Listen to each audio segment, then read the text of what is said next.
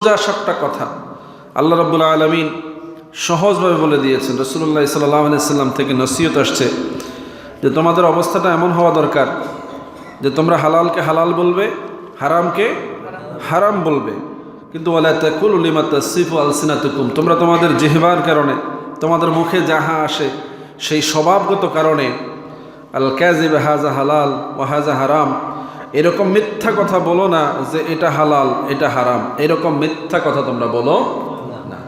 এর মানে হচ্ছে হালালকে হালাল বলা সত্যবাদিতা, আর হালালকে হারাম বলা এটা মিথ্যাবাদিতা। কি বুঝে আসছে কিনা কথা? রাসূলুল্লাহ নিষেধ করলেন জিহ্বায় যা আসে তা বলে বসো না, হালালকে হারাম বলে ফেলো না, হারামকে হালাল বলে ফেলো না। কেন? তিনি বলছেন লিতাফতারু আলাল্লাহিল কাযিবা, যারা এই ধরনের কথাবার্তা বলে এই কথাগুলো আল্লাহর উপরে মিথ্যা অপবাদ দেওয়ার শামিল বলি না। সাধারণ মিথ্যা তো আপনি বলবেন গুনাহ হবে, কিন্তু হালালকে হারাম বললে, হারামকে হালাল বললে আল্লাহর উপরে মিথ্যা অপবাদ দেওয়া হয়, আল্লাহর বিধানকে পরিবর্তন করে দেওয়া হয়, আল্লাহকে মিথ্যাবাদী সাব্যস্ত করা হয় বলি নাউজুবিল্লাহ। কারণ হালাল হারাম সিদ্ধান্ত দিয়েছেন কে? আল্লাহ রাব্বুল আলামিন। এজন্য হালাল হারামের ব্যাপারে মৌলিক তমিজ আমাদের থাকতে হবে।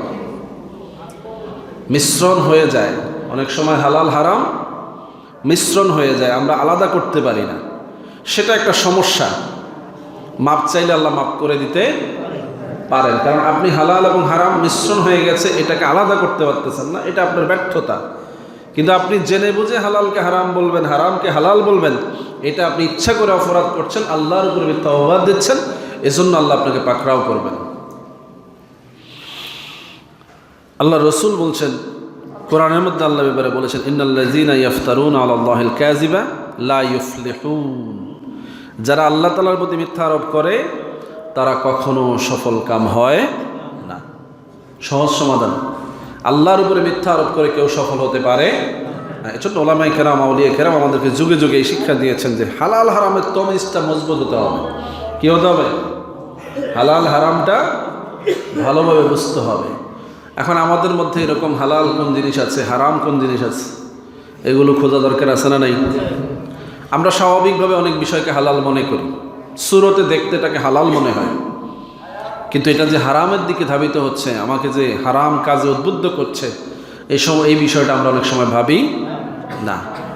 যেমন ধরেন নামাজে যে কোনো পোশাক পরে আসা কি হালাল? হালাল না? আপনি শার্ট পরেন, পাঞ্জাবি পরেন, লুঙ্গি পরেন, প্যান্ট পরেন, যে কোনোভাবে যদি সতর ঢাকা হয় তাহলে সেটা হালাল। এই তো আমাদের কনসেপ্ট। কিন্তু এই হালালটাকে পরিশুদ্ধ হালাল বানাতে হলে, নিখুঁত হালাল বানাতে হলে আরেকটা বিষয় আপনাকে খেয়াল করতে হবে, যেটার ব্যাপারে আল্লাহ বলছেন লিবাসুত তাকওয়া, তাকওয়ার পোশাক হচ্ছে হালাল। সুবহানাল্লাহ বলবেন না? পোশাক হালাল, বাট কোন পোশাকটা? তাকওয়ার পোশাক। তাকওয়ার পোশাক কি? যেই পোশাকের দ্বারা শুধু সতর ঢাকা হয় না, সতরের বাইরেও নিজস্ব আদব, আখলাক, ভদ্রতা, শালীনতা এগুলো প্রকাশ পায় বলে সুবহানাল্লাহ। এজন্য রাসূলুল্লাহ সাল্লাল্লাহু আলাইহি ওয়াসাল্লাম বলছেন, যাকে দেখলে তোমার তাকওয়াবান, ফরহেজগার, মুত্তাকি মনে হয়, তার ব্যাপারে তুমি এই ধারণাই রাখবা যে এই লোকটা তাকওয়াবান। সুবহানাল্লাহ। কারণ তাকওয়া দেখার বিষয় না, কি বলেন? তাকওয়া অন্তরের বিষয়। কিন্তু আপনাকে দেখে আমি মুত্তাকি মনে করব কখন? আপনাকে দেখে আমি মুত্তাকি মনে করব কখন? যখন আপনাকে দেখে মনে হবে যে আপনার মধ্যে পোশাকে আশাকে, শালীনতা এবং ইসলামী শরিয়ার প্রতি আগ্রহ, এগুলো দেখা যাবে। কি বলেন ঠিক না? আপনি যখন ইন্তেকাল করবেন আপনার সমস্ত পোশাকগুলো খুলে ফেলা হবে, আপনাকে 3 প্রস্থ কাপড় পরিয়ে দেওয়া হবে, কাফনে কাপড় দিয়ে ঢেকে দেওয়া হবে, পোশাকের শালীনতা আর খুঁজে পাওয়া যাবে। একবার ভাবেন যে কাফনের কাপড়টা কেন এমন যেটা দিয়ে পুরো শরীর মোড়ানো হয়? স্বাভাবিক অবস্থায় যে পোশাক আমার আপনার, জুব্বা, পাঞ্জাবি, চেহারা খোলা, হাত খোলা, পা খোলা, এভাবে কাফন হতে পারতো না? কি বলেন? চেহারা খোলা থাকতো, পাঞ্জাবি পরায় দিত, হাত খোলা থাকতো, কেন দিল না? এ ব্যাপারে ওলামায়ে কেরাম এমনি এমনি শুধুমাত্র খালি রাসূলুল্লাহ সুন্নত বলে পালন করছেন তা না, প্রত্যেকটা সুন্নত অবশ্যই কি তাকওয়ার জন্য জরুরি, কি বলা ঠিক না? কাফনের কাপড় দিয়ে এইভাবে মোড়ানো হয় এজন্য যেন তার শরীরের কোনো অংশ অনাবৃত না থাকে। এমন পরিপূর্ণ তাকওয়ার সহিত সে আল্লাহর দরবারে হাজিরা দিতে যাচ্ছে, ফেরেশতাদের সামনে দাঁড়াতে যাচ্ছে, যাতে তার শরীরের কোনো অঙ্গ প্রত্যঙ্গই প্রকাশিত না হয়। কারণ কোনভাবে যে তার তাকওয়া ফরহেজগারিতা নষ্ট হতে পারে এ ব্যাপারে আশঙ্কা আছে না নেই? যেমন আমাদের দেশে পোশাক, আমরা পোশাক পরি, জুব্বা আমরা টাকনুর উপরে পরি, অনেকে আমরা কফ হাতা পরি, অনেকে এক বোতাম পরি, অনেকে কলার সহ পরি, বিভিন্ন রকম পরি না? এখন কোনটা যে পরিপূর্ণ তাকওয়া, বিতর্ক আছে না নাই? সবাই তো দাবি করছে প্রত্যেকেরটাই ঠিক। আমি যেটা পরে আছি আপনি কি বলতে পারবেন আমারটা ঠিক নাই? আপনারা যারা এক বোতাম পরে আছেন কি বলবেন আপনাদেরটাই ঠিক? এরকম দাবি কিন্তু করা হচ্ছে, আছে না নাই? রাসূলুল্লাহ সাল্লাল্লাহু আলাইহি ওয়াসাল্লাম চূড়ান্তভাবে পাঞ্জাবি তো পরেনি না। কি কোনো প্রমাণ আছে রাসূলুল্লাহ পাঞ্জাবি পরেছেন?